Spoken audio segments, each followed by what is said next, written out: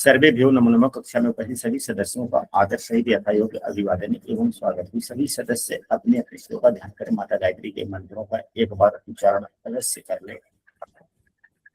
साथ ही अपने प्रेरणा के स्रोत एवं अपने गुरुजनों को भी अंतर्मन से अभिवादन कर ले। हम लोगों के द्वारा प्रतिदिन पूरी क्लास पर आधारित कक्षा की जाती है। आज की जो कक्षा है यह हम लोगों के प्रदेश में महादशा एवं अंतरदशा का उपयोग कैसे करते हैं उसका भाग यह 8वां है। और महादशा एवं अंतरदशा के उपयोग के करने के लिए जो बेसिक नियम है हम लोग उसी बेसिक नियमों पर आधारित अभी चर्चा कर रहे हैं।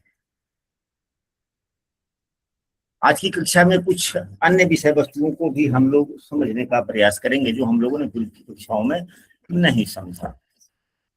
सबसे पहला सूत्र कि आजकल हम लोग कुंडली अपने हाथों से नहीं बनाते। मैं स्वयं नहीं बनाता। ज्यादा कदा महीने 2 महीने पर किसी एक कुंडली को बनाना पड़ जाए वह अलग की बात है।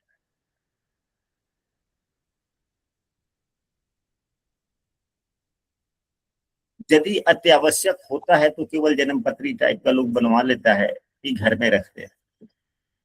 अगर हमारे पास में भी कोई पुराना कुंडली लेकर आता है फलादेश करवाने के लिए तो हम भी उसके डेट ऑफ बर्थ या इत्यादि डिटेल को उस कुंडली से खंगाल कर फिर ऑनलाइन कुंडली जनरेट करते हैं। फिर ऑनलाइन जो कुंडली जनरेट होती है उसी कुंडली से हम भी फलादेश करते हैं। कारण यह होता है कि जो जन्म पत्रिका बनी हुई होती है उसमें सभी कुंडलियां नहीं होती और वर्ग कुंडली तो खैर विशेष रूप से होता ही नहीं। अधिकांशतः जो लग्न कुंडली पहले से या जन्म पत्री बनती है या लोग बनाते हैं, लग्न कुंडली बना देते हैं, चंद्र कुंडली बना देते हैं।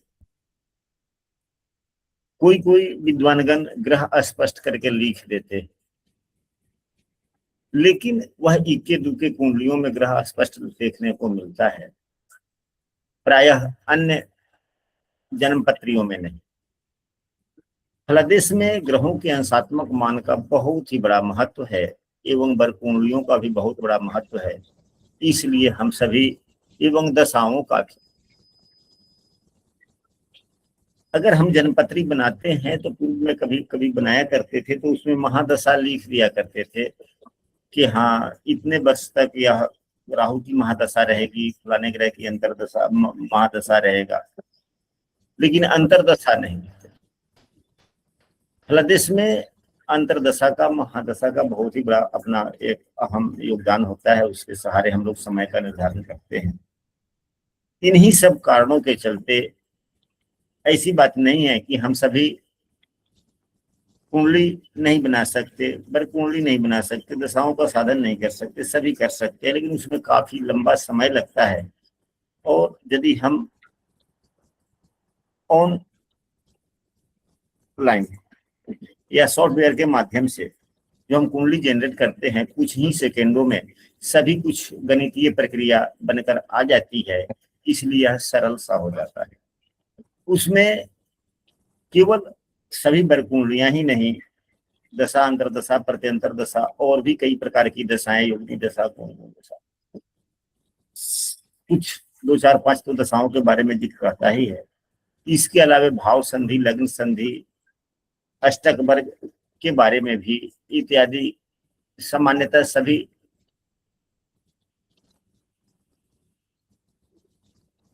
जितनी आवश्यकता है सभी चीजें वहां पर देखने को मिल जाती है। अष्टक वर्ग का भी, अष्टक वर्ग से ही सर्वाष्टक वर्ग बनता है। सर्वाष्टक वर्ग से भी हम लोग दशाओं का निर्धारण करते हैं, उसका भी बहुत बड़ा योगदान है। वह क्या है आप लोग अपनी कुंडली में देखें। हालांकि यहाँ पर इस लग्न के आधार पर हम लोग सर्वाष्टक वर्ग बना सकते हैं, उसमें लंबा समय लगेगा। यदि आप लोगों की इच्छा हो कि हाँ सर्वाष्टक वर्ग या अष्टक वर्ग कैसे बनाते हैं तो उस पर भी 1-2 कक्षा जितनी आवश्यकता है उतना हम लोग कर सकते हैं। लेकिन हम लोग यहाँ पर महादशा अंतरदशा की चर्चा कर रहे हैं, इसलिए उदाहरण स्वरूप मानकर ही चलेंगे। नियम यह है जिस ग्रह की अंतर्दशा चल रही हो। अब यहाँ पर देवगुरु बृहस्पति की महादशा है और देवगुरु बृहस्पति की ही अंतर्दशा चल रही है 12-26 तक। देवगुरु बृहस्पति जहां पे बैठे हैं, यहाँ तो खैर नीच राशि में है। अब इस नीच राशि की चर्चा न की जाए। नीच राशि में बैठे हुए ग्रह की दशांतर दशा उतनी अच्छी नहीं जाती, इतना हम सभी जानते हैं। अगर किसी भी ग्रह की दशांतर दशा चल रहा हो, अगर बुध की ही दशांतर दशा चल रही हो, तो बुध तो अपने मित्र राशि में, लेकिन हम लोग इसी कुंडली पर चलते हैं कि दशांतर दशा देवगुरु बृहस्पति की चल रही। तो देवगुरु बृहस्पति से 11वें भाव में क्या सर्वाष्टक वर्ग के बिंदु जो होते हैं वह क्या सामान्य से थोड़ा अधिक है या सामान्य से कम है? जिस ग्रह से 11वें भाव में सर्वाष्टक वर्ग की बिंदुएं कम होती है, सर्वाष्टक वर्ग की बिंदुएं कम कम होती है, समस्या थोड़ा वो बढ़ा देता है गुरु जी समस्या।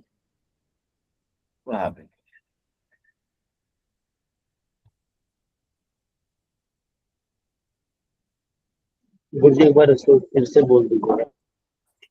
है तो उनकी दशाएं सामान्यता है अच्छी नहीं जाती है।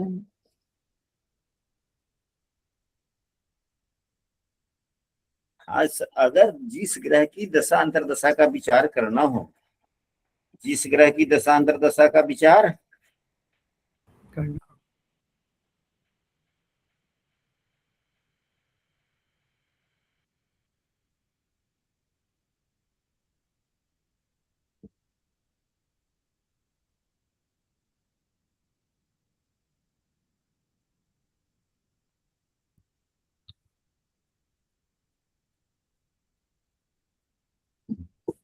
जिस ग्रह की दशांतर दशा का विचार करना हो उससे 11वें भाव में अगर अधिक बिंदु हैं तो ज्यादा लाभ, अच्छा शुभ फल मिलता है। अगर कम है तो खराब फल मिलते हैं। अब इसी कुंडली में देखा जाए कि अभी हम इनकी जो कुंडली है हम खोलने का प्रयास कर रहे हैं। देवगुरु बृहस्पति नवम भाव में बैठे हुए हैं। देवगुरु बृहस्पति नवम भाव में बैठे हुए हैं। नवम भाव में 10 नंबर की राशि है, तो उससे 11वें भाव में कितने नंबर की राशि होगी? 8 नंबर की राशि हो गई। 8 नंबर की राशि होगी। जी। तो अभी हमने देखा जो अष्टक वर्ग तालिका हमने देखा, तो यहाँ पर जो योग बने अष्टक वर्ग तालिका को के जो योग होते हैं उसी को सर्वाष्टक वर्ग कहा जाएगा या कोई दूसरा कहा जाएगा? सर्वाष्टक वर्ग। हाँ जी, सर्वाष्टक वर्ग कहा जाएगा गुरु जी इसको। सर्वाष्टक वर्ग कहा जाएगा। तो इस सर्वाष्टक वर्ग में देवगुरु बृहस्पति से 11वें भाव में 22 अंक है। कितना है? 22 अंक है। 1 नंबर की राशि में 25 है, हम यहाँ पर लिख दे रहे हैं 25 है।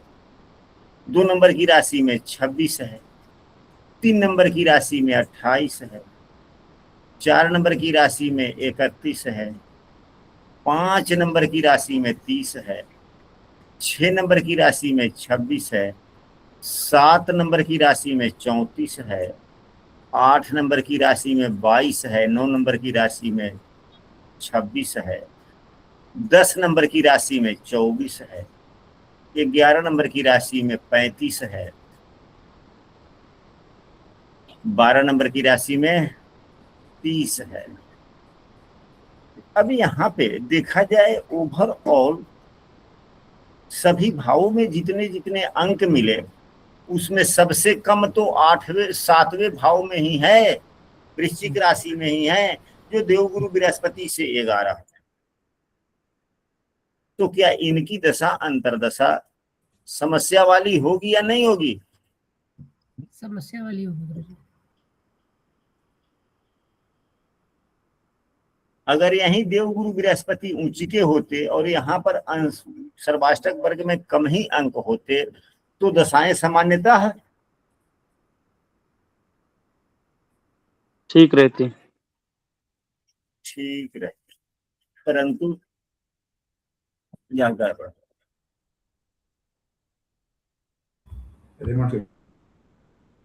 अब हम लोग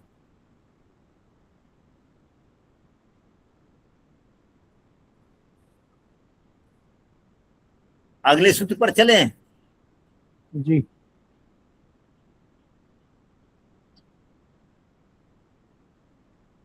यदि जो ग्रह दूसरे सूत्र पर चलते हैं, अब इसी में देखा जाए हाँ जी, अब यहाँ पर देखा जाए मंगल देव क्या है, द्वादश शेष हैं जी। मंगल देव द्वादश शेष हैं और 12वें भाव में भी बैठे हैं। 3 से 11वें भाव में 35 बिंदु है। कैसा फल देंगे? अच्छा।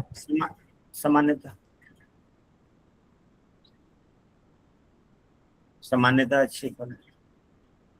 अब यहाँ पर शनि की, अब देवगुरु बृहस्पति के बाद में शनि की अंतरदशा चलने वाली है।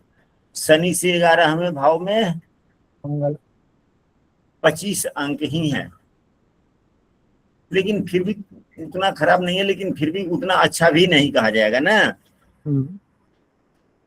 तो स्थितियां कुछ सुधरती हुई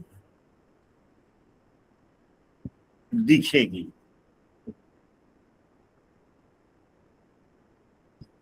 नियम यह है कि महादशा स्वामी, अब अलग स्कूल चलते हैं, महादशा स्वामी से अंतरदशा स्वामी को देखें कि किस भाव में। महादशा स्वामी से अंतरदशा स्वामी किस भाव में।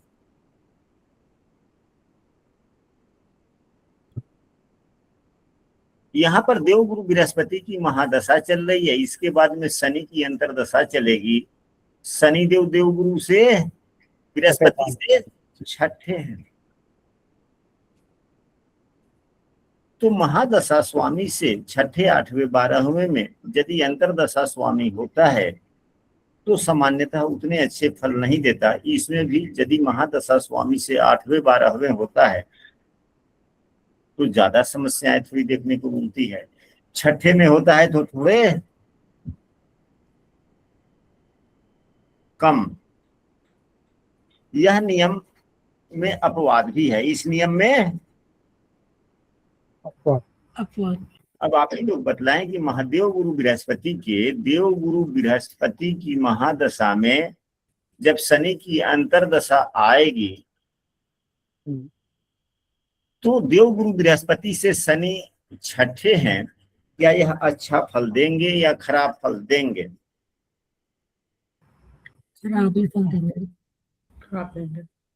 अभी तक के अध्ययन के आलोक पर यह 8वीं कक्षा है। गुरुजी छठे में पाप ग्रह अच्छे फल देते हैं।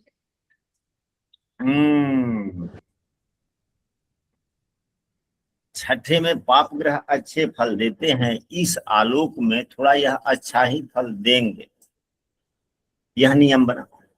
लेकिन वह केतु से युक्त भी है, अंशात्मक मान शनि एवं केतु का करीब भी है, इससे थोड़ा खराब हुआ।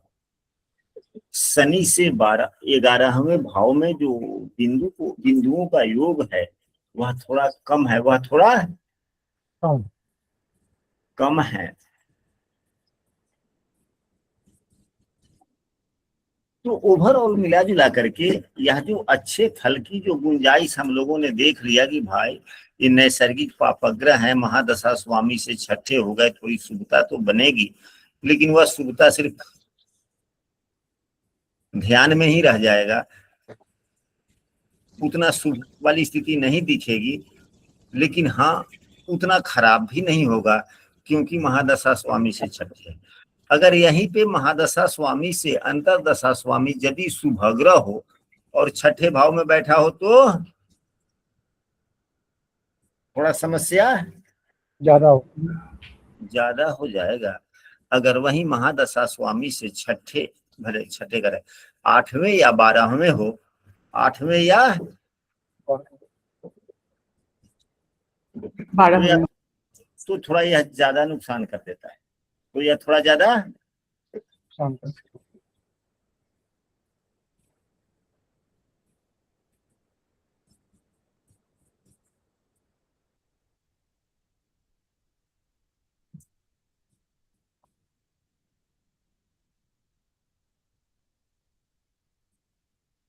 एक और नियम है, महादशा स्वामी एवं अंतरदशा स्वामी,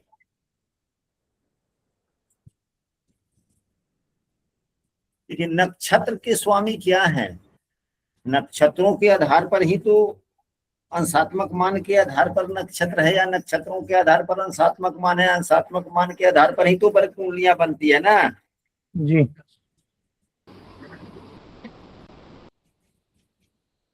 तो आप लोग देखें यहाँ पे जितने सदस्य हैं, कुछ बातें ऐसी होती है कि प्रैक्टिकल के रूप में हम सबों को अध्ययन करते हुए आगे बढ़ना होता है, सिर्फ सुनना ही नहीं होता, कुछ कभी कभी प्रैक्टिकल भी करने होते हैं। आप लोग देखें कि आप लोगों के महादशा स्वामी कौन है और वह किस नक्षत्र में है, और अंतरदशा स्वामी कौन है और किस नक्षत्र में, किस नक्षत्र में।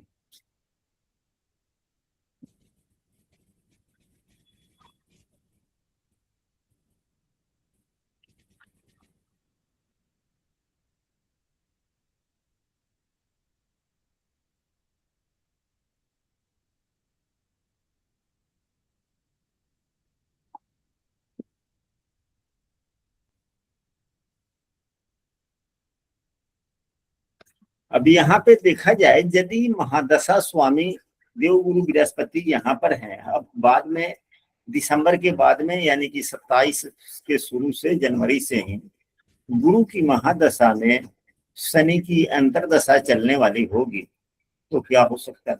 अब देवगुरु बृहस्पति मकर राशि में है और अंशात्मक मान 852 है, तो मकर राशि का 852 अंश, मकर राशि का 852, ये तो धनिष्ठा नक्षत्र में चला गया ना, नहीं धनिष्ठा नक्षत्र में नहीं गया, उत्तराषाढ़ा गुरुजी, उत्तराषाढ़ा नक्षत्र में जाएगा गुरुजी। 10 डिग्री तक उत्तराषाढ़ा रहता है गुरुजी मकर राशि के अंदर। मकर राशि में यहाँ उत्तराषाढ़ा में, यानी कि मकर राशि के शुरू के 3 नवमांश उत्तराषाढ़ा के होते हैं जी।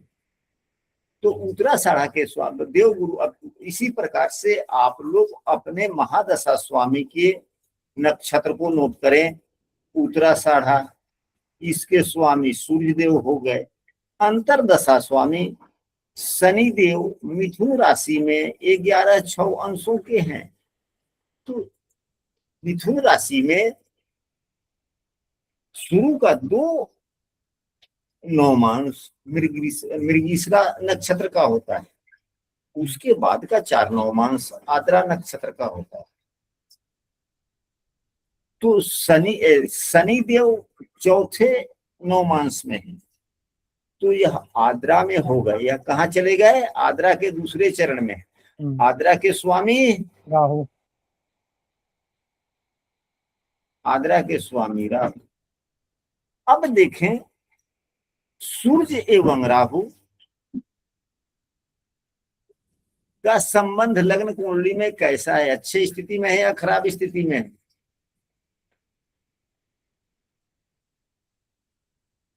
संबंध कौन सा ठीक माना जाता है, केंद्रीय संबंध और त्रिकोणात्मक संबंध को अच्छा माना जाता है ना जी, केंद्रीय संबंध है। तो शनि एवं सूर्य एवं राहु का केंद्रीय संबंध है, सामान्यतः यह अंतर्दशा अच्छा जाएगा, सामान्यतः यह अंतर्दशा अच्छा ठीक जाएगा।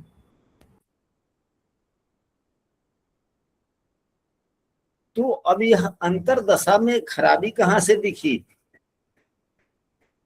हम लोगों ने यहाँ पर उत्तर प्रदेश के लिए हम लोगों जो विभाग का। पढ़ना चाह रहे हैं उसको प्रैक्टिकल तौर पे करते हैं। यहाँ पर 3 बिंदुओं को हम लोगों ने देखा, पढ़ाया आज की कक्षा में। एक की जिस ग्रह की अंतर्दशा या महादशा का शुभ अशुभ फल को देखना है तो उससे 11वें भाव को देखें कि सर्वाष्टक वर्ग में अधिक बिंदु है कि नहीं है। अधिक से अधिक बिंदु है तो अधिक से अधिक लाभ। तो यहाँ पर 25 है, 25 को उतना खराब नहीं माना जाता तो उतना अच्छा भी नहीं माना जाता।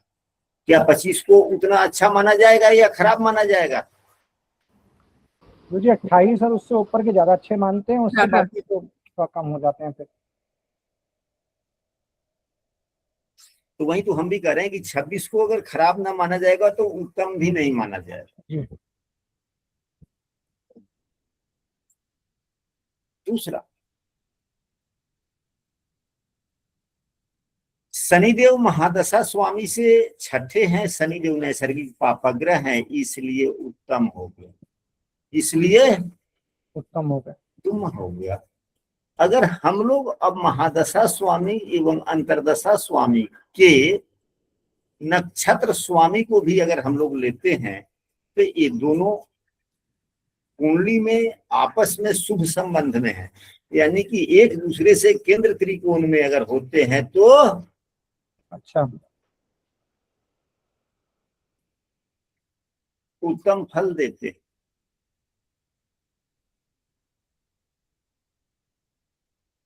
लेकिन महादशा स्वामी का प्रभाव तो रहेगा ही लंबे दिनों तक।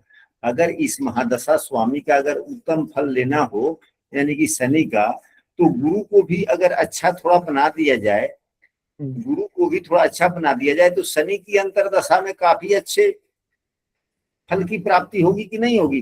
क्योंकि शनि भाग्य भाव के भी स्वामी हैं एवं दशम भाव के भी स्वामी।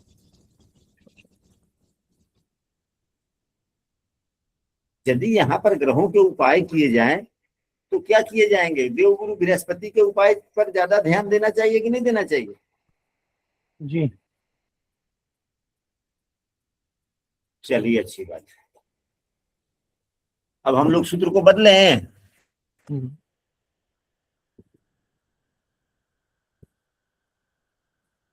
काफी लंबे देर से एक ही सूत्र पर चर्चा हो रही है।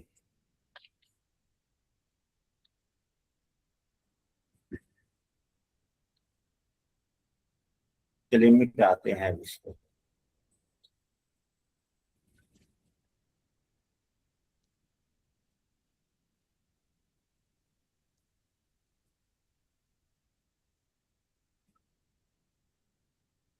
यदि कोई कक्षा में नया है और नियमित रूप से प्रतिदिन की कक्षा में शामिल होना चाहते हैं तो स्क्रीन पर दिख रहे नंबर पर व्हाट्सएप कर कक्षा में कंटिन्यू हो सकते हैं। यदि कक्षाएं आप सबको अच्छी लगती है तो इस कक्षा की वीडियो को आप अपने मित्रों के पास में भी शेयर कर सकते हैं।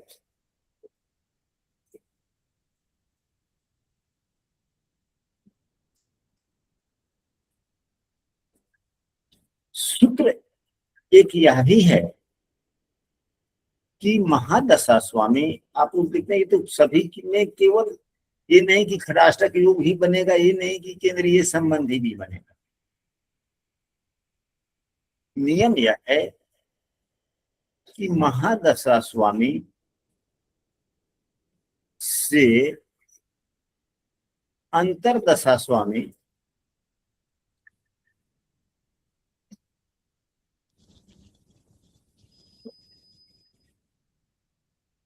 अगर दूसरे होता है तो काफी अच्छा फल देता है। महादशा स्वामी से अंतर्दशा स्वामी दूसरे होता है तो काफी अच्छा फल, काफी अच्छा फल देता है। महादशा से अंतर्दशा स्वामी 12वें होता है तो अच्छा फल नहीं देता। यह नियम दशमेश एवं एकादशेश पर सबसे ज्यादा लागू होता है। यह नियम दशमेश एकादशेश पर सबसे ज्यादा लागू होता है, फिर चतुर्थेश एवं पंचमेश पर लागू होता है, या यहाँ से भी लागू हो जाता है। मतलब इन नवमेश दशमेश अगर अलग अलग ग्रह हो तो नवमेश की महादशा हो और दशमेश की अंतरदशा हो तो भी ज्यादा सर्वोत्तम हो जाते हैं। दशमेश की महादशा हो एकादशेश का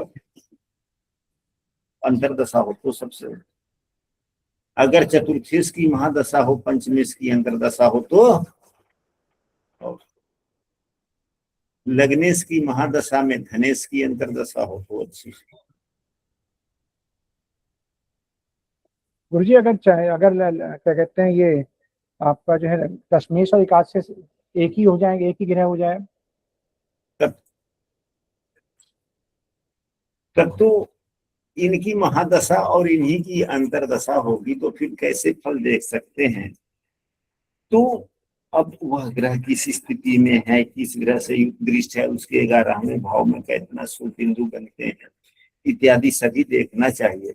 लेकिन ओवरऑल सामान्यतः यह भी नियम है कि महादशा स्वामी और अंतरदशा स्वामी दोनों ही यदि एक ही ग्रह होते हैं तो बहुत कम ही व्यक्ति को वह लाभ दे पाते हैं, अधिकांशतः को नुकसान है, समस्या ही कुछ ना कुछ देखने को मिलती है। मिल जाती है।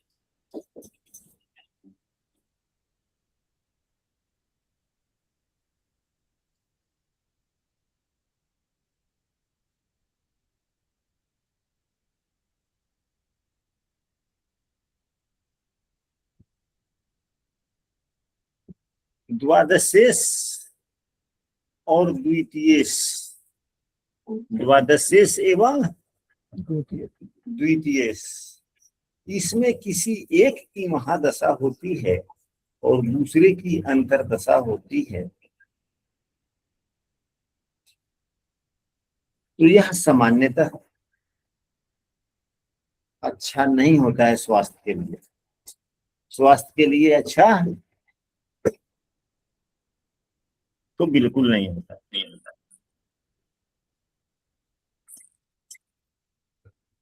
क्योंकि 12वां भाव जीवन का अंतिम क्षण है और दूसरा भाव मारक है, प्रबल मारक। प्रीति जी आपका शायद माइक से इको हो रहा है।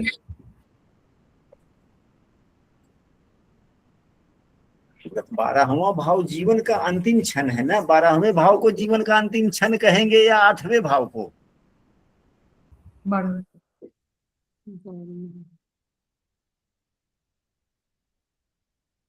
यहाँ पे बड़े बड़े ज्ञानी लोग भी हैं, यहाँ पर जितने सभी एक अपने अपने जगह के प्रशिक्षित या प्रभावी एस्ट्रोलॉजर लोग हैं। हम आप ही लोगों से पूछना चाहते हैं कि 12वां भाव कुंडली का अंतिम क्षण है या अंतिम क्षण कुंडली का 8वां भाव है? 8वां भाव गुरुजी। अंतिम 12वां भाव तो उसका प्रकार बताता है। क्या? 12वां भाव जो है वो तो एक तरीके से वो बताता है किस प्रकार का मतलब अंतिम समय आएगा, लेकिन 8वां भाव से हम लोग देखते हैं जाकर के। 8वां भाव तो आयु को बतलाता है कि हम कितने दिन जीवित रहेंगे जी। 8वां भाव यह बतलाता है कि हमारे किस बीमारी से, किस कारण से हमारी मृत्यु होगी। लेकिन मृत्यु के समय की स्थिति को कौन बतलाता है? थर्ड हाउस, मृत्यु के बाद की स्थिति कौन बतलाता है? 12वां भाव बतलाता है ना। गुरुजी थर्ड हाउस नहीं बताता मृत्यु का प्रकार जो होता है? वो भी बतलाता है। तो 8वां तीसरा दोनों एक ही संबंध रखते हैं। 8 से 7 जी। तो 12वां भाव क्षय का है, चले जाने। तो 12वां भाव स्वास्थ्य हानि के लिए, यह लंबी बीमारी 8वां भाव तो देता है, लेकिन अस्पताल में भर्ती 12वां भाव ही करवाता है। मरण सज्जा जो अस्पताल है वह वही देता है, 12वां भाव ही देता है। 8वां भाव भर्ती दर्शाता है या 12वां? 12वां। 12वां दर्शाता। मृत्यु का भाग्य क्या कहता है? वह 8वां भाव। चलिए, तो अगर 12वें भाव और दूसरे भाव के स्वामी में किसी एक की महादशा हो, दूसरे की अंतरदशा हो और अनिष्टता वाली स्थिति बनती हो, तो यह बड़ा ही खराब है।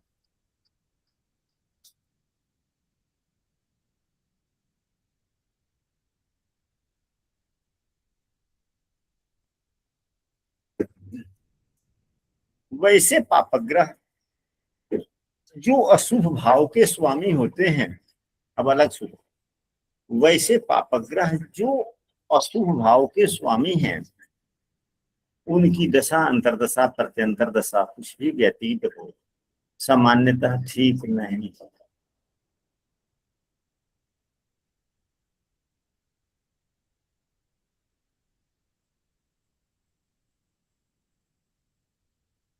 ग्रह चाहे कितना ही खराब स्थिति में क्यों न हो, ग्रह चाहे कितना ही खराब स्थिति में क्यों न हो, लेकिन अंशात्मक मान से अगर वह अपने मित्र के अंश में हो, मित्र के अंश का मतलब ये हुआ कि अपने मित्र के नक्षत्र में हो, वह खराब फल नहीं देता। वह खराब फल उतना नहीं देता जिससे हमको अत्यधिक कष्ट सहना पड़े।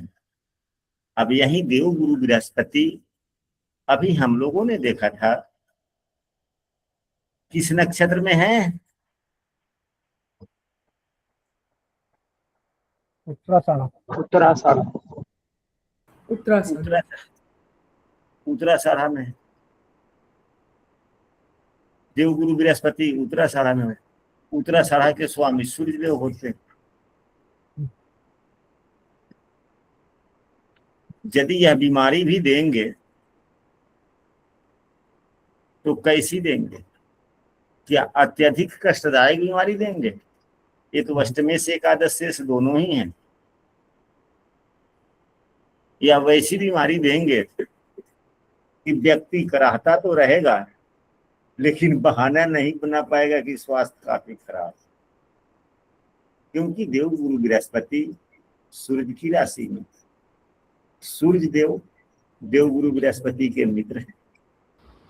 अगर यही देव गुरु बृहस्पति भले सूर्य देव गुरु बृहस्पति को मित्र मानते हैं, अगर वही ग्रह जो गुरु देव गुरु को बृहस्पति को शत्रु मानते हैं या नैसर्गिक पापग्रह जो बुरे भाव के स्वामी हैं, अब यहाँ पर जैसे मंगल देव को देखा जाए, ये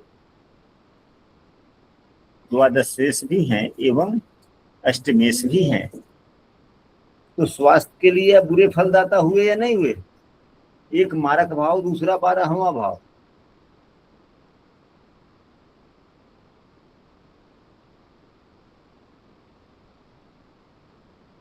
तो दोनों ही स्वास्थ्य के लिए खराब हुआ या अच्छा हुआ? खराब। दोनों ही खराब।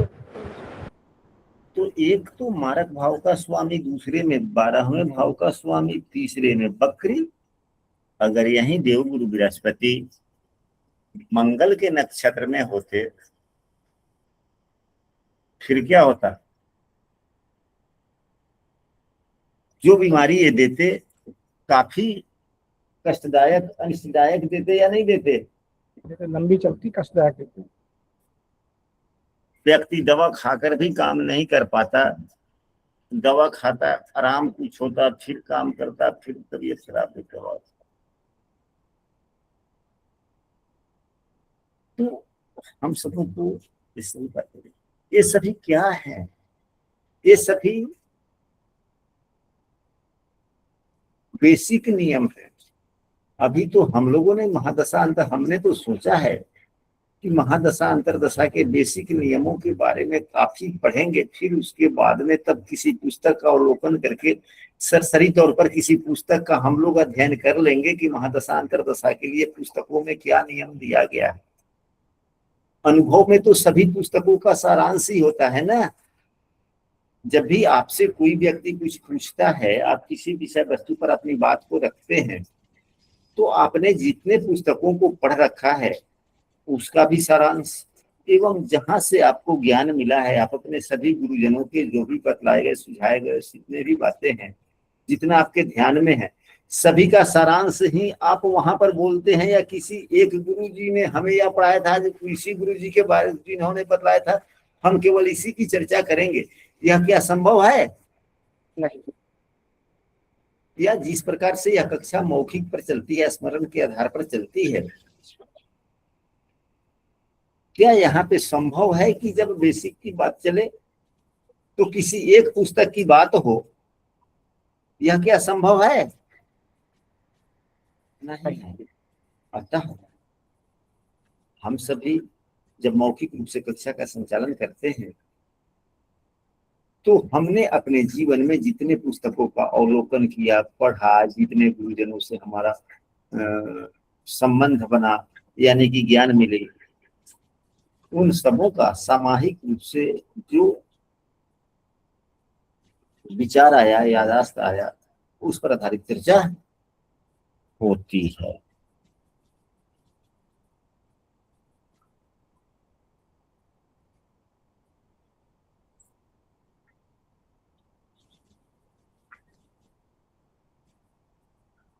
यदि सभी भाव, कोई भी भाव, किसी भी भाव का स्वामी यदि अपने भाव में बैठा होता है,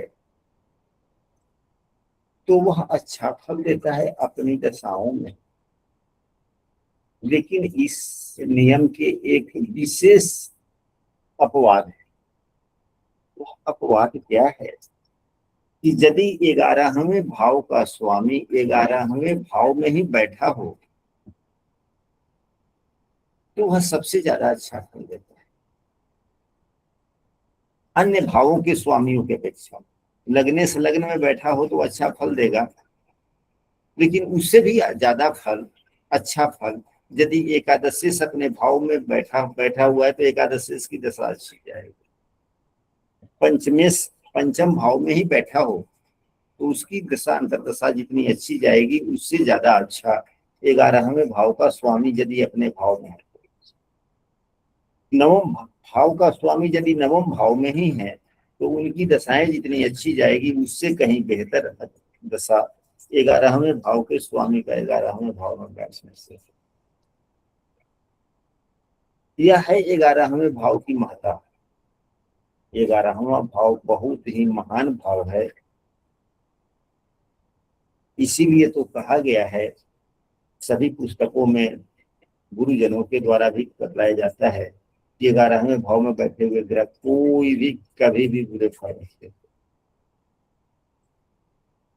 सदैव अच्छे फल ही देने का प्रयास करते। गुरु जी करते हैं। गुरु जी, इस पे एक सवाल था गुरु जी। बोलिए। सवाल ये था गुरु जी की, अगर ये तो सत्य बात है गुरु जी की 11वें भाव में बैठे ग्रह की दशा चलती है और वो खुद वहां का स्वामी होता तो बहुत अच्छा जाता है। अगर इस पे दो सवाल था। एक तो अगर 11वें भाव का स्वामी अगर अपने घर को देखे और उसकी दशा या अंतरदशा चले तो कैसा फल होगा? और 11वें भाव में जो कारक होते हैं जैसे देवगुरु बृहस्पति, और वो वहीं बैठे हों, भले उस भाव के स्वामी ना हो, तो उनकी दशा अंतरदशा कैसे जाएगी गुरु जी, बताइएगा जरा। देखिए, यहाँ पर आपके प्रश्न जितने भी हैं, 2-3 हैं, ये सभी प्रश्न आपके उत्तम हैं। लेकिन देवगुरु बृहस्पति के बारे में हमारे गुरुजनों ने समझाया है देहाती दृष्टिकोण से। उन्होंने कहा है कि देवगुरु बृहस्पति पक्के भुलक्कड़ होते हैं, वे भूल जाते हैं। जो नजर के सामने में होता है उसके लिए अच्छे होते हैं, जहां होते हैं अपने लिए भूलते ही रहते हैं। तो देवगुरु बृहस्पति यदि अगर अकेले हैं तो उतनी अच्छी नहीं। अगर देवगुरु बृहस्पति 11वें भाव में बैठे हुए हैं, कोई और ग्रह भी वहां पे बैठा हुआ है, तो अच्छा फल। या किसी ग्रह के द्वारा 11वें भाव में बैठे हुए देव गुरु बृहस्पति किसी ग्रह से दृष्ट हैं तो वो अच्छा फल देंगे। बृहस्पति यदि बैठे हुए भी हो और कोई ग्रह नहीं देख रहा हो तो उतना अच्छा फल नहीं देंगे जितना देना चाहिए, जितने अच्छे फल की हम लोग अंदेशा करेंगे।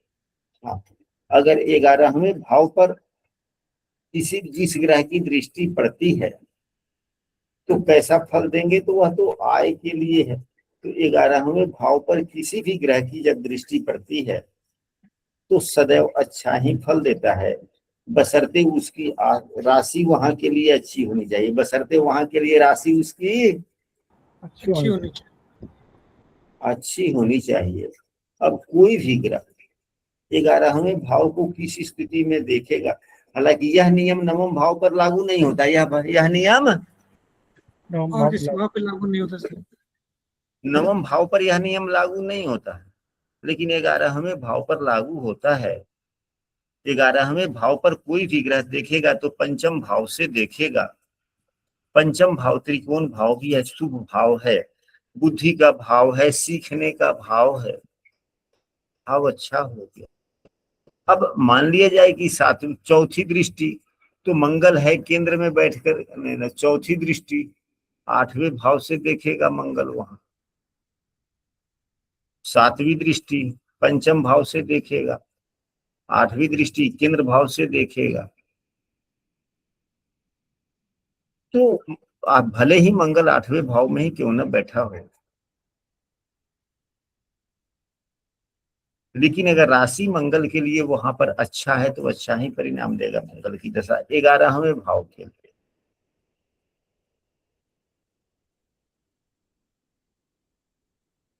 उतना खराब नहीं देगा। शनि की बात की जाए तो भाग्य भाव में से बैठकर देखेंगे या पंचम भाव से बैठ के देखेंगे या नहीं तो दूसरे भाव से बैठ के देखेंगे, तो तीनों ही भाव तो अच्छे ही हैं।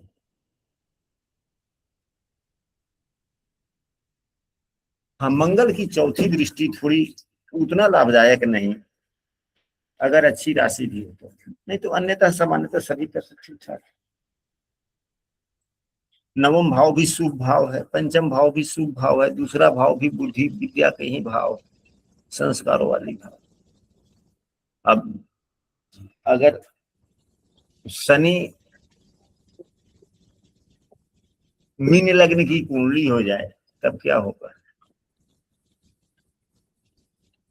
दूसरे भाव में हो तो शनि का तो वह अपनी ही राशि हो गया और अच्छा ज्यादा फल देगा। नीच राशि में है, यहाँ है तो दूसरे भाव में नीच राशि का है, लेकिन 11वें भाव के लिए नीच नहीं कहा जाएगा।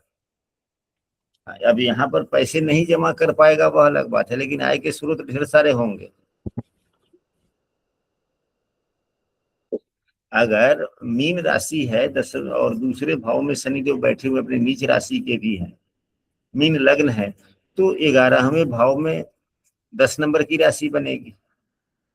तब यहाँ पर शनि के केवल बल को देखना होगा कि शनि का बल है वैसा, अगर बल से बलवान है तब तो उसकी दशा 11वें भाव के प्रश्न के आलोक में अच्छा ही जाएगा, लेकिन दूसरे भाव के फल के आलोक में खराब हो जाएगा, क्योंकि यहाँ पर नीच की राशि हो गई, नीच राशि में अवस्थित हो गए व्यक्ति, पैसे जमा ही नहीं कर पाएगा।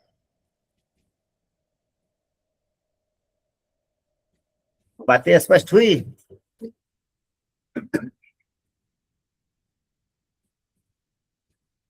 गुरुजी ये तो हुआ कि जब क्या कहते हैं देवगुरु बृहस्पति तो दूसरे ग्रह देख रहे हैं, अगर देवगुरु बृहस्पति